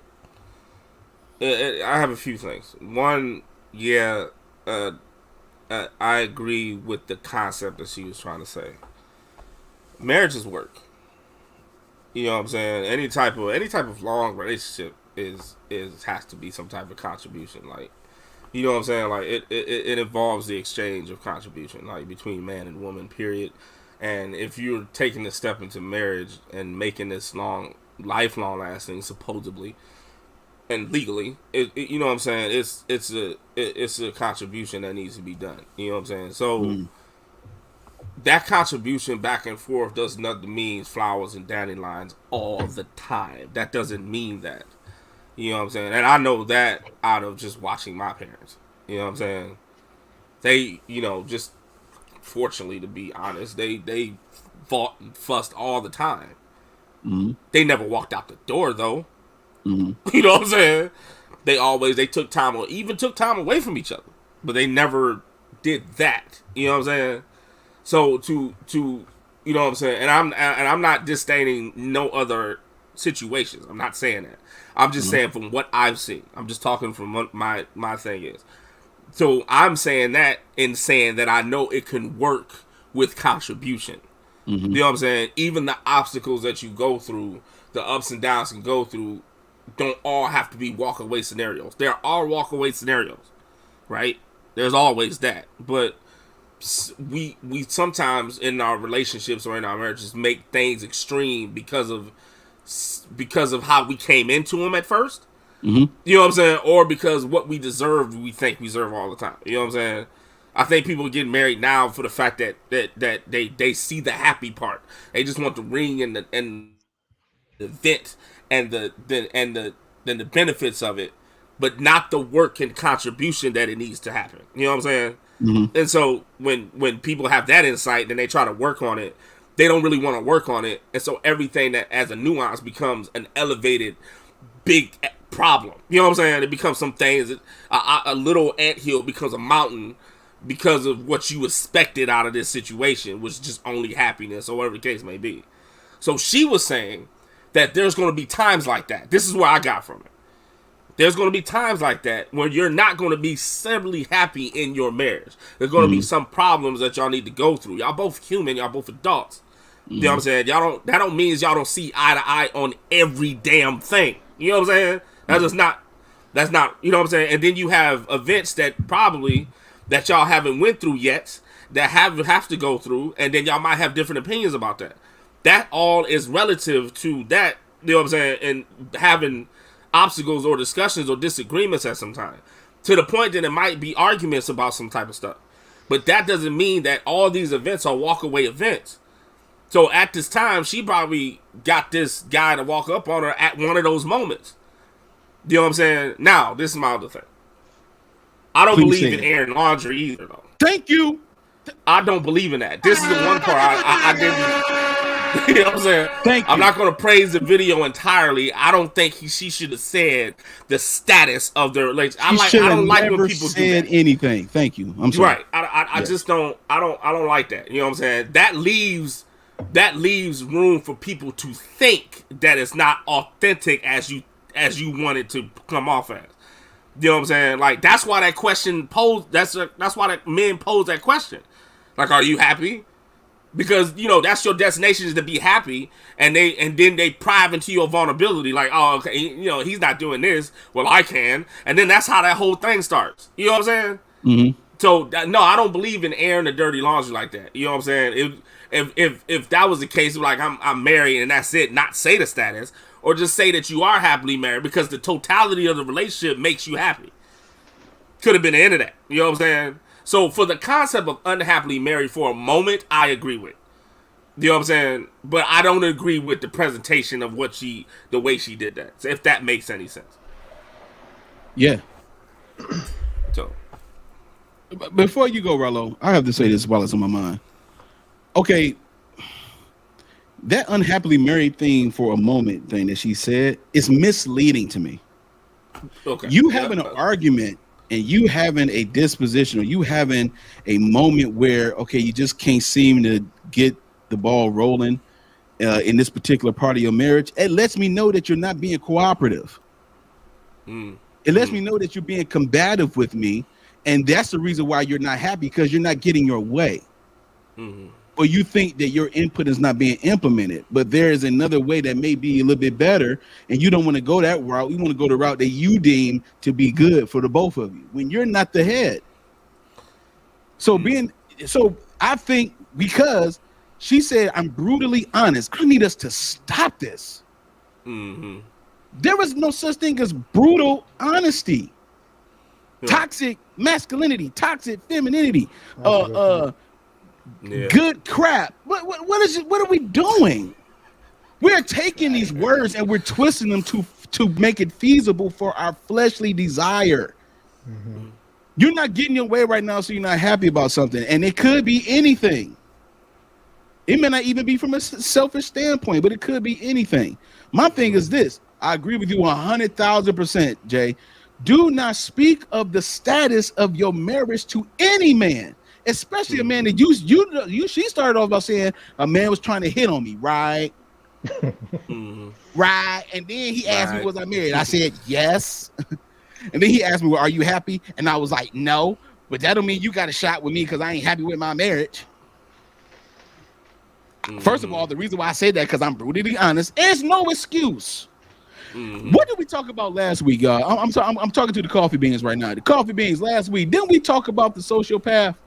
Didn't we talk about the mentality last week? Put a 1 in the chat if you saw this episode last week, y'all. Whether you saw it live or afterward, put a 1 in the chat.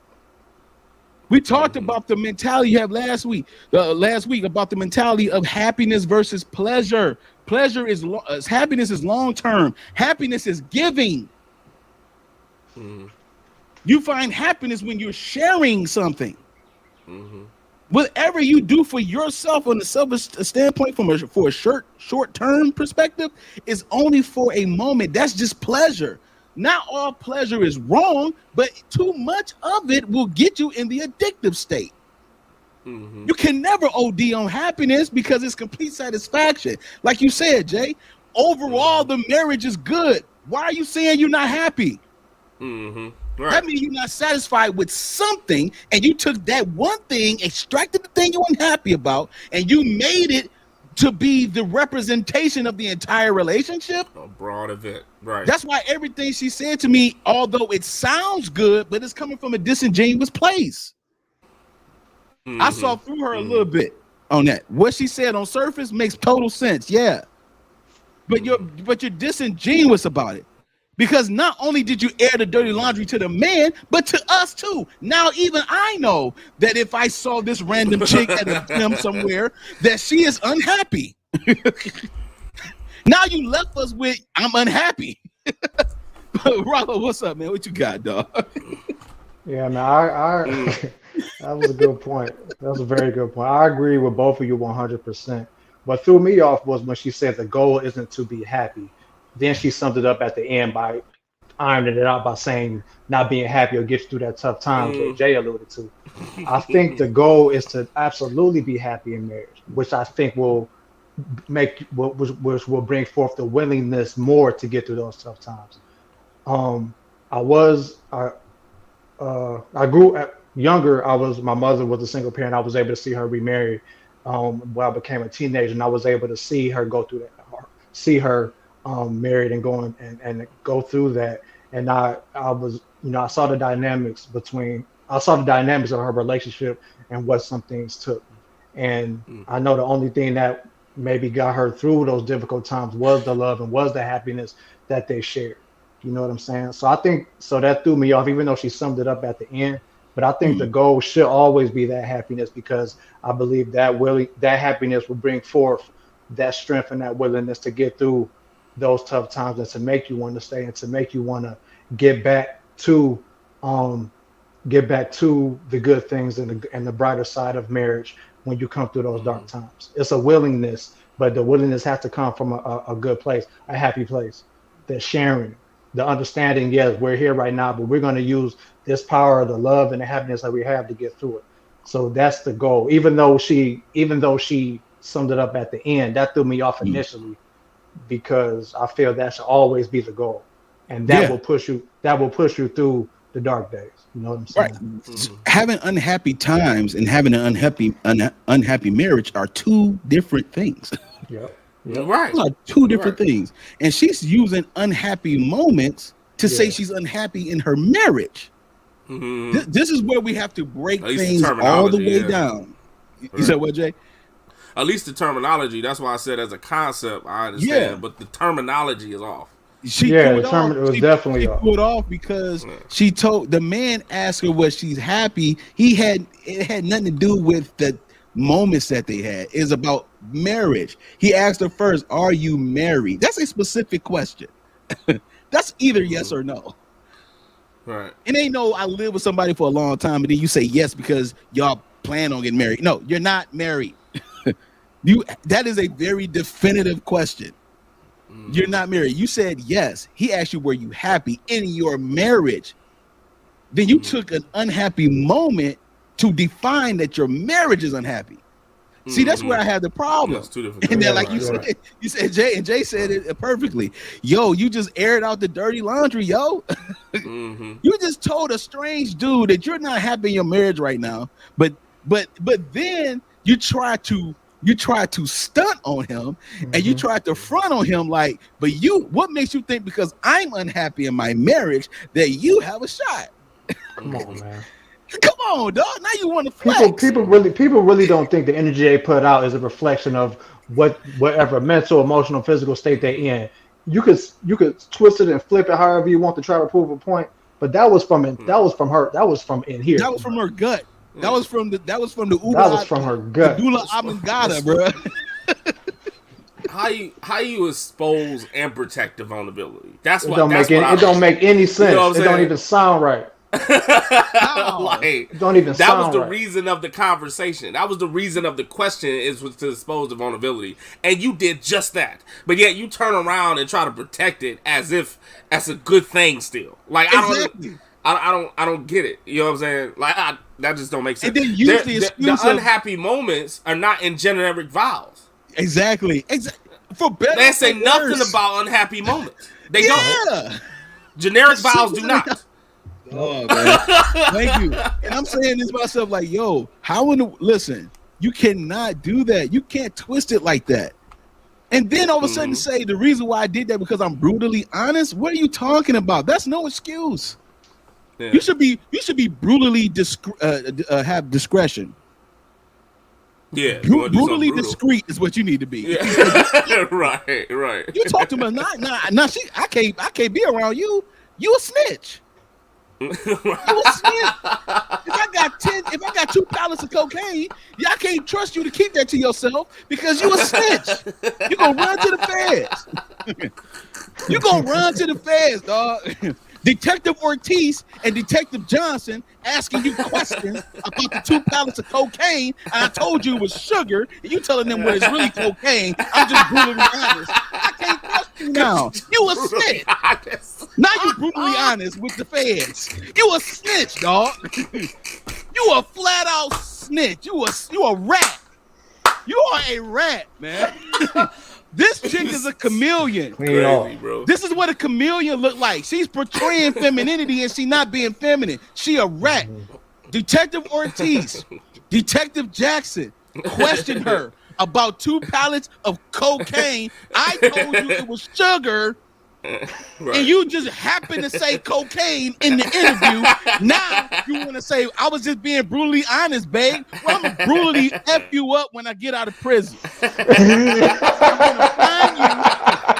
gonna find you and I'm gonna be brutally honest with your face, okay? Because there's no way in the world you should have told them about the cocaine. Okay. You a rat. That's fact. If I was a betting man, I would say you silly dog. That was a crazy joke, man. No. If I missed y'all, man. I missed y'all. Season 2 been over too long, man. If I was a betting man, I would believe that this scenario would not have went good with her if it was the other way around. Absolutely. Just for the fact of her husband stating how he was unhappy to another chick. Ooh. Just that part, not him protecting.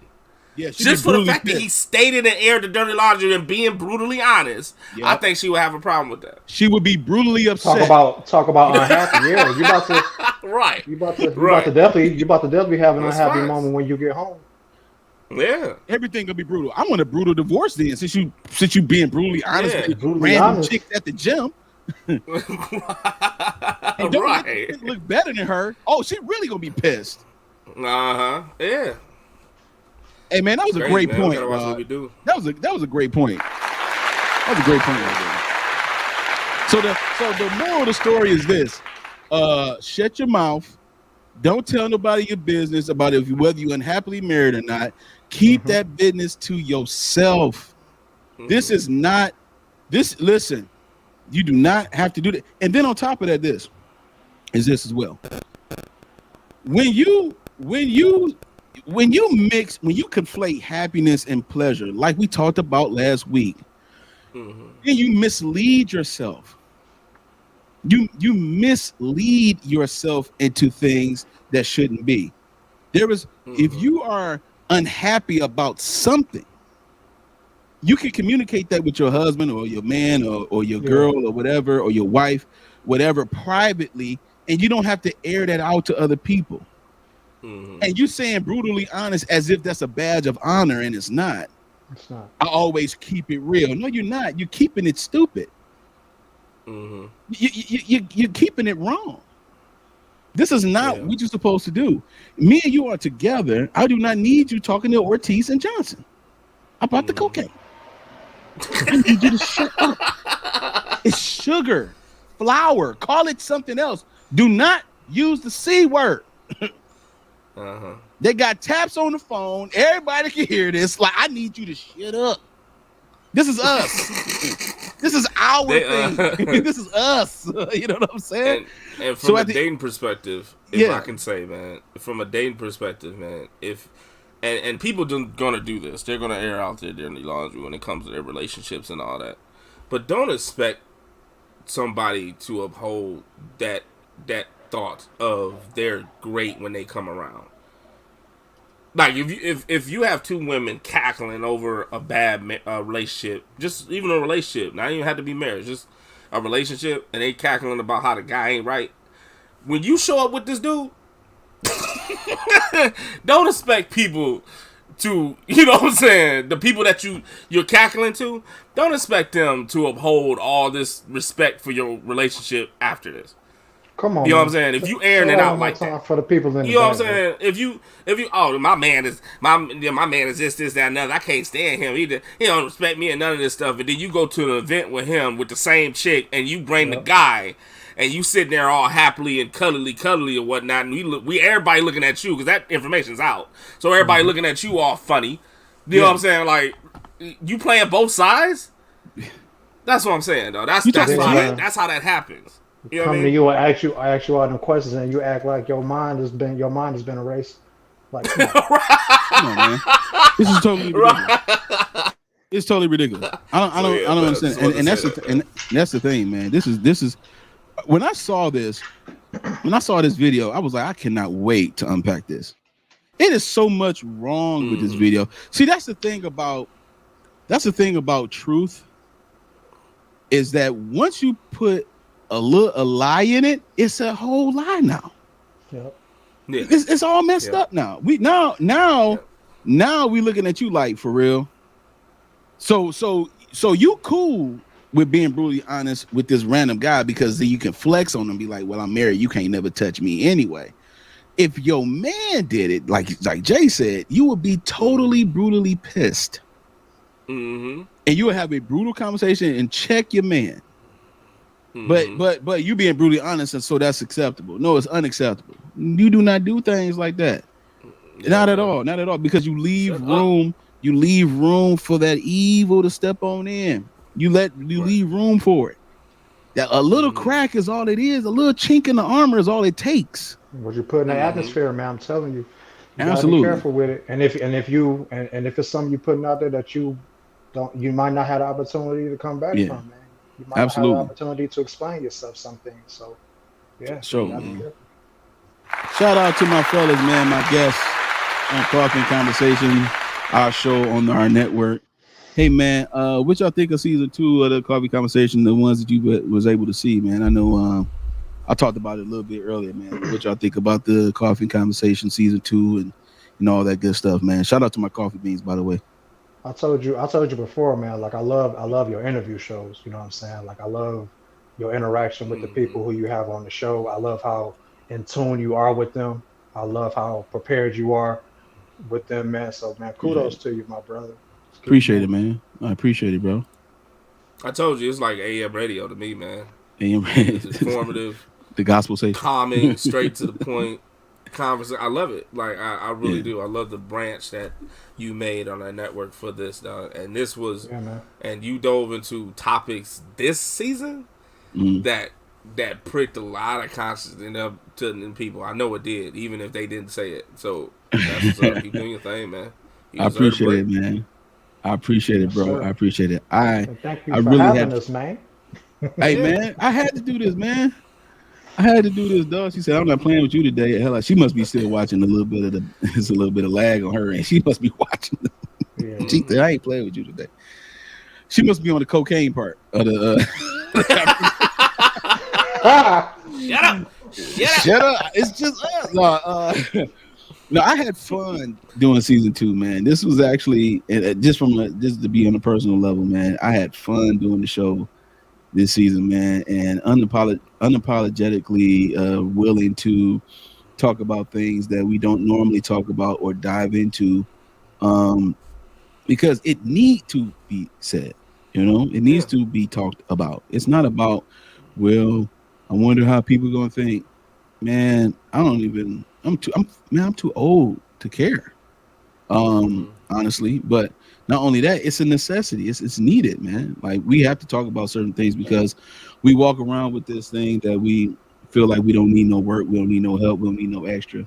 We just could keep doing what we're doing, and it's all good. But what you're doing and the way you're doing it is the problem in the first place. That's why you keep going through the same things, man. And it's like we have to be willing to change a little bit, tweak a few things, man, so that way we can have a more better outcome for what it is that we say we want. And so, from the dating culture to the interviews, I want to shout out, first of all, AJ, Dr. Kevin Banks, Pop, even Sean came on the show. Sean came on the show with the Contract with Black America show. Yo, that show was dope. And I appreciate Sean being on as well. And you know what, man? I think that I was like, man, I was wondering, like, I mean, how many episodes I was gonna do, and I was like, man, maybe do 15. I was like, nah, I'm gonna do 10, dog. I need a break too, dog. I need to chill too as well. I was hearing it in the back of my head, like, man, Tay, you need to chill too. You need a break too, whatever. So I'm like, we gonna do that. We gonna definitely do that, man. Take care of some business, man. Get ourselves ready for season 3 of the Mailroom Show. I don't know when it's gonna happen, but it's gonna happen, but it is. Y'all be ready for the announcement. Y'all be ready. Y'all be ready because it's coming soon, man. Listen to me. You think season 2 of the Mailroom Show was something? Just wait until you see season 3. We are going to have a time. It's time. We're gonna have a time. Coffee and Conversation will be back for season 3 as well. I believe that we did all right for the network, man. You know what I'm saying? I think we did okay. I think we got some worthy stuff now. HR. Was it all right? Was it cool? You know. Okay. All right. Hey, man, HR said it's a wrap. It's a wrap. You know what I'm saying? Dog, this is amazing, man. I appreciate you guys, man, for ending the season 2 with your boy, man. This is the first time we ever had a season finale for Coffee and Conversation, and so because last season we didn't, we just kind of abruptly stopped. But this time we had a season 2 finale, man, and to share this with my boys is very exciting. And I appreciate you guys, man. I appreciate you guys, man. I hope you guys enjoyed yourselves with this particular type of format of the show. And all my coffee beans, I appreciate you. All my coffee beans, I appreciate you, man. Y'all been rocking with your boy all season long.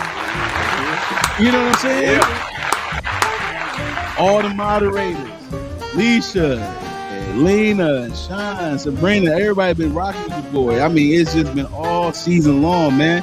And yo, this is the season 2 finale. The last episode was season 2, but guess what? Season 3 will be back, and I'm telling you right now, you better get your popcorn ready, get your coffee ready, because we're going to brew. Okay?